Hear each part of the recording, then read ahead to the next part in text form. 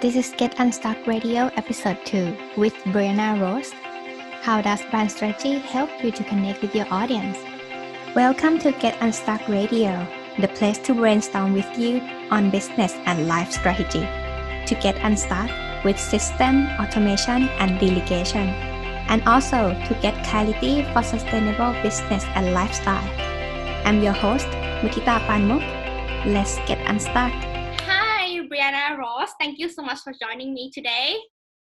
Hi, Mutita. How are you? Yeah, I'm very well. I'm excited to talk to you. Me too. Thank you so much for having me. I'm really excited. Yeah, because brand strategist and graphic designer in one person these days, you're going to have no time right now, right? I'm not going to lie, it's really hard. But I found a good way to balance, and I'm focusing on some newer ventures. That way I can help people on a wider scale when it comes to brand strategy. So it's a lot of work, but I'm thankful. Yeah, so tell us more about yourself. What do you do? So I'm a brand strategist and graphic designer, and I work with entrepreneurs, teaching them how to brand their businesses and really build a relationship with their audiences. Mm-hmm. I come from a sales, customer service, and marketing background. And what I learned in sales, is just the importance of building that relationship. And what I realized with entrepreneurs in the online world is we do a lot of selling and we don't focus a lot on building that relationship. So I teach my audience and clients how to really create content around their products and services that not only educates, but it serves also. And it's not just about selling, it's about thinking about your audience as a whole in their everyday life and how your brand fits into that, so you can create a unique experience. There are hundreds, if not thousands of people, with the same products and services. So how can you make your brand stand out, and really build a profitable brand in what seems like a saturated industry? And I always say the industry is not saturated. It's just a lot of people doing the same things. Mm-hmm. So we have to figure out how we can fill the gaps and, offer a unique experience. Yeah, so let's go back to the start. So once one person would like to start online business, should they have the brand settle first, or they should have something to sell first as the offer? So when you're first starting out, I recommend, engaging, giving value, but having something to sell, because a lot of times I will say we do get too focused on the visual branding side of things in the beginning. So branding, the visual side of things, that's kind of like the icing on the cake, I look at it. But your branding is so much more than that. It's the feeling that you want people to have. It's your values. It's what you represent and what problem you solve for people. So even though you may not have a logo yet or a website or, things like that, you're still building your brand by engaging with people, giving advice, sharing value, and helping. So what happens is once you start to get multiple customers, multiple clients, you can then start to look at what they have in common. And then you can work on the visual branding side of things, because you want to make sure you consider color psychology, and what the colors mean. That way you want to ensure that it resonates with your audience. If your audience aren't female, entrepreneurs, then you probably won't choose colors like pink or, soft blues or, something like that. But if that is your target audience, then you may want to add a more feminine feel to your brand with, pastel colors and things like that. Mm-hmm. But I think it's really important to get some customers and clients under your belt. That way you have a clearer idea of how your business should be visually branded. Mm-hmm. So you are saying that connect with your audience and get your business plan validation from them first, and then thinking about the brand strategy, right? Right, exactly. Because when I first started out, I didn't have a logo, I didn't have a website, but I was very active in other Facebook communities, doing research, learning about the clients that I wanted to work with, answering their questions, engaging. So because I was engaging and giving that value, they trusted me to book that coaching session with me. Mm-hmm. And that allowed me to, again, once I had, a few clients, I was like, okay, what do they have in common? What does it seem like they're interested in? And then I started to look around and, do research around more entrepreneurs like them. And that started to form my visual branding. And your brand doesn't stay the same all the time. It is okay for things to change. My brand 2.5 years ago looked completely different than it does now. So you do have to be flexible, and it's okay to change things, just be flexible and focus on growing and, just making the experience better over time. Yeah, because this is another issue that I'm facing personally, like with my clients or my prospect who like I have been talking to. They have been still settling their business plan currently and strategizing, Right. and then things still keep changing from time to Right. time.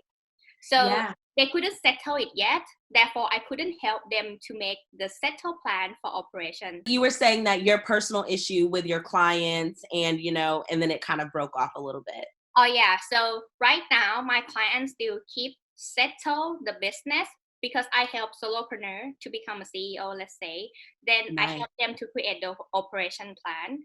Since Right. business still like not yet validate, not yet having the consistent leads coming in.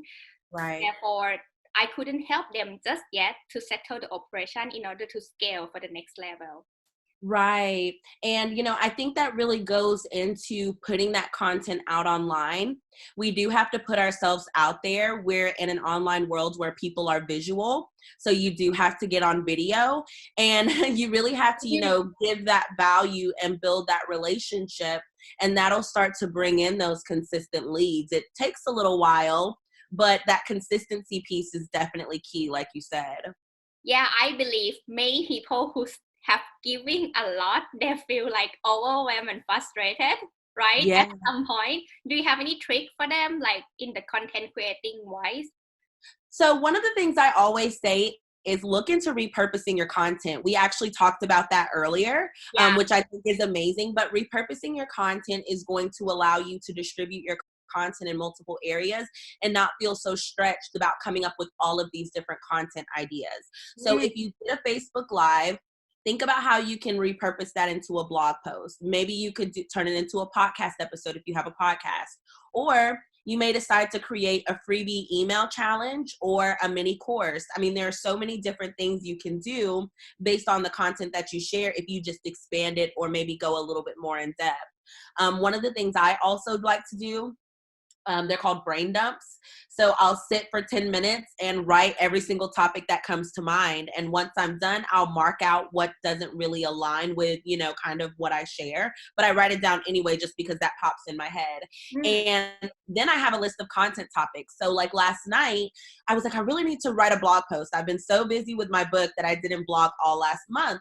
And so I was like, okay, what am I going to blog about? Then I remembered I had some notes in my phone, and I had a list of blog posts. So I just picked the topic and began writing.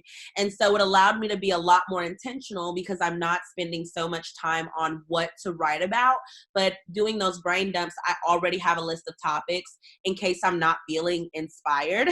Yeah, that's good. Yeah. So it allows me to be consistent even when I don't have my creative juices aren't flowing. Yeah, seems like we have to keep everything in pipeline, like get ready. When we need it, we just pick it out. Yes. And, we're all so busy, building a business from the content creation to the branding, to the marketing, to the systems. It's a lot. So I always say, with content creation and social media, especially, plan out your content as much as possible. That way you're not spending too much time on it. And when you're on social media, you can focus more on engaging and going live or, doing other things that really are geared towards building that relationship. And I think the building relationship with the audience also somehow a challenge, a big challenge for many people as well. What is your opinion on that? And do you have any trick to share? So building your relationship and getting engagement, it does take time. But one of the things I like to do from the beginning, I've always asked questions and I do little polls. So I always do polls. That way people don't have to write a full explanation. They literally just tap. And that gets them in the habit of seeing my brand, engaging with my brand. That way, when I do ask actual questions, they're like, oh yeah, I feel more comfortable talking about this because I'm always seeing her content. She's always posting polls. She's asking for our opinions. She's asking what we want to learn about. So I always say, you know, ask questions, you know, engage on their posts. If they're asking questions or sharing some feedback, comment, let them know what you think about it, or, you know, offer advice and offer your input. And in return, you'll eventually start to get more people engaging with your social media posts and commenting, sharing. And like I said, it's definitely a process. And I actually just posted about this on Facebook this morning. You know, you have to trust the process. If you don't have that huge marketing budget, it's going to take some time to build your brand organically, but that's okay because you can really focus on building a solid foundation for your business. Yeah. But when it comes to engaging your audience, it's really just about consistently showing up and, you know, asking questions and showing them that you care and you genuinely want to serve them. And I think about it because when it comes to building relationships, this online world, it's very impersonal.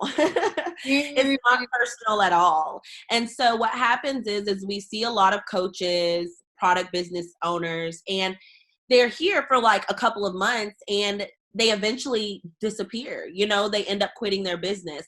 And we see that a lot in the online world. So you have to build that relationship and show your audience that, hey, I'm here long term and I'm not going anywhere.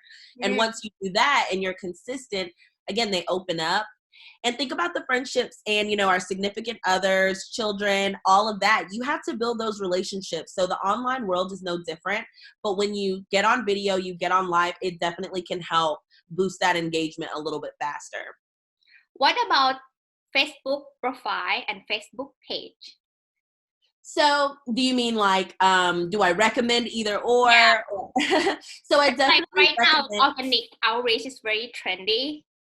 But also, as you mentioned, like it either takes time or put the money in and let other people build the engagement for you.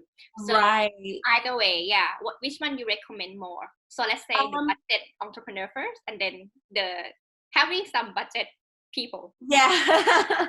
So me personally, I actually started building my business with no money. So this year I finally started to invest in ads more, you know, just to get my brand in front of more people and, you know, to get my resources out there. But I think me personally, I do still think that you should have that separation. You know, it's going to take time, but I do believe in having that separation because your personal page is your personal page. There may be some people that are interested in your business and there may be some people that aren't, which is fine. And I still promote my products and services on my personal page, but my business page is strictly business. That's where I give value. That's where I serve. That's where I push people to if they're wanting more resources. And then I have a Facebook group. So if you want the lives, the trainings, that's where you go. And so that personally works for me. It can work for a lot of other people too. But I highly recommend, you know, giving value on your personal page. You may not post about business every day, but maybe 2 or 3 times a week, you have some business posts giving value, showing people, hey, I know what I'm talking about. If you're interested in this service or you need this product, this is where you can find more information and you can then give value that way. But I highly recommend having a separation because when we start building a business on our personal page, there's almost like a guilty feeling too sometimes. You know, we know a lot of people on there. We have our childhood friends, we have family, and we have to be honest with ourselves. A lot of times our friends and family are not our target audience. So there may be a few members in our family and friends who are target audience, but we need to separate them and give them a call to action so we can figure out who in that audience is actually interested. But I think having that specific location, your business page, to give that value, that's, you know, that puts you in a different bracket and that really allows people to see all of your value in one place. And then 2, you can connect that to your Instagram business page, sell your products on Instagram, and it offers a lot more features also having it. This also leads to the next thing that I believe there are many people have problem with, that authority positions. Yes. Oh my gosh. It's a confidence thing. It is definitely a confidence thing. Now, what I say is, get an elevator pitch. Be able to introduce yourself in 30 seconds and practice that. That way you get more in the habit of talking about who you are and what you do, and really focus on the results that you help your clients get. So are they making money? Is their life easier, because they have, more systems in place? Do they have more time to spend with their family? Do they have amazing skin? Do they have amazing hair because of your products? So it's really important to get those results, because having that social proof, those testimonials and those reviews, those are going to give that confident boost that you need, because you can say, not only this is what I do, but this is who I've helped, and this is how I helped them, and these are the results that they got from that. So that's why I say, in the beginning, don't really focus on the visual branding and things like that. Focus on building relationships and getting your first clients. That way you can help them get them results. That way, when it's time to start working on your visual branding, you have that social proof already. So it's just like the icing on the cake. Oh yeah, that's very makes sense. And then just and it just builds from there. Yeah, it's a process, definitely. Everyone has to go through that, so don't rush. Just right. And we learn from a lot of online experts and things like that, and take what you learn and test it out. See what works for you and see what doesn't work for you. And if it doesn't work for you, that's perfectly fine, but maybe you can tweak things to make it work for you. But you have to be willing to test different things out to really see what works for your brand and what your audience is really looking for. Since you mentioned about test many things and then compare which one works, which one doesn't. Right. How long do you think you give the timing for each one? It's like some people, like some of the guru will say, stick to one offer and work on it until you make it happen, or go with two or something like that. You know what I mean? So what do you think on that? I think me personally, I kind of have like a suite, right? I have my services, I have like my brand audit checklist, I have my social media platforms.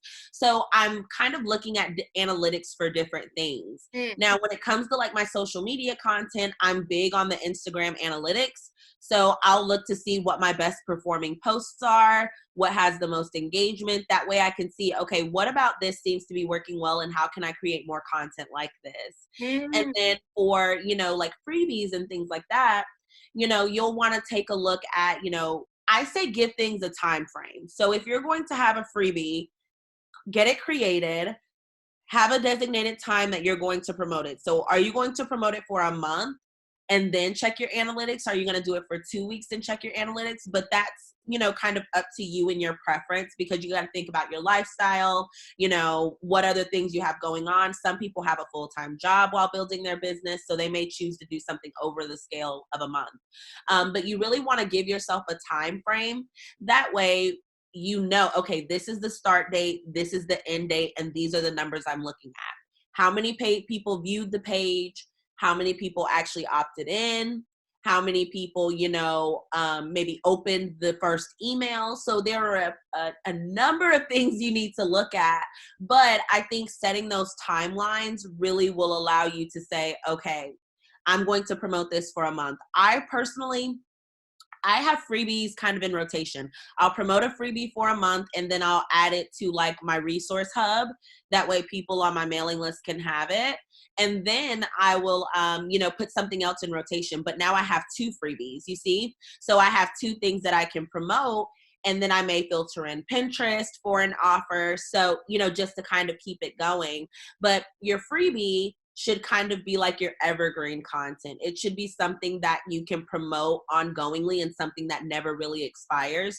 That way you can always use it as your lead magnet. Your call offer. Yep, exactly. Yeah. Wow, we give a lot of value today. If one listen to this, they are ready to go for the fight. They are. Thank you so much for sharing this with me today, Briana. Problem. I really enjoyed it, and I hope everyone's able to gain a lot from it, and they have some action steps they can take to help them be more intentional about their branding and how they build their business.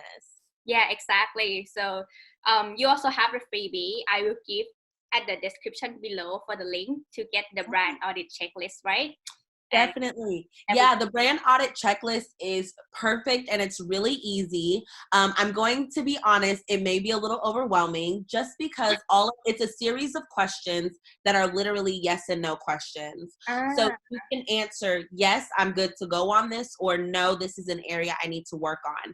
But I literally touch on the different areas of your brand strategy, and every area that you check no, that's an area that you need to focus on and put a little bit more energy into when it comes to your branding.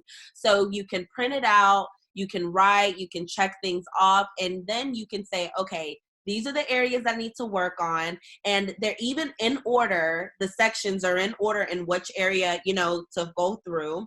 And you'll be able to, really figure out what areas you need to focus on and how to take your brand to the next level. Yeah, sounds awesome. Fantastic. Yeah, I'm really excited about that. Sure. So take care and see you later. Yes, thank you so much.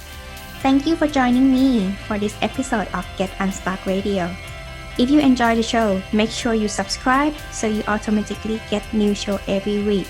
I would love to if you left us the review. If you want to get unstuck, check my 5-step entrepreneur freedom formula for scaling your business without sacrificing your lifestyle at worldwideweb.extraordinarylybymutita.com/freedom.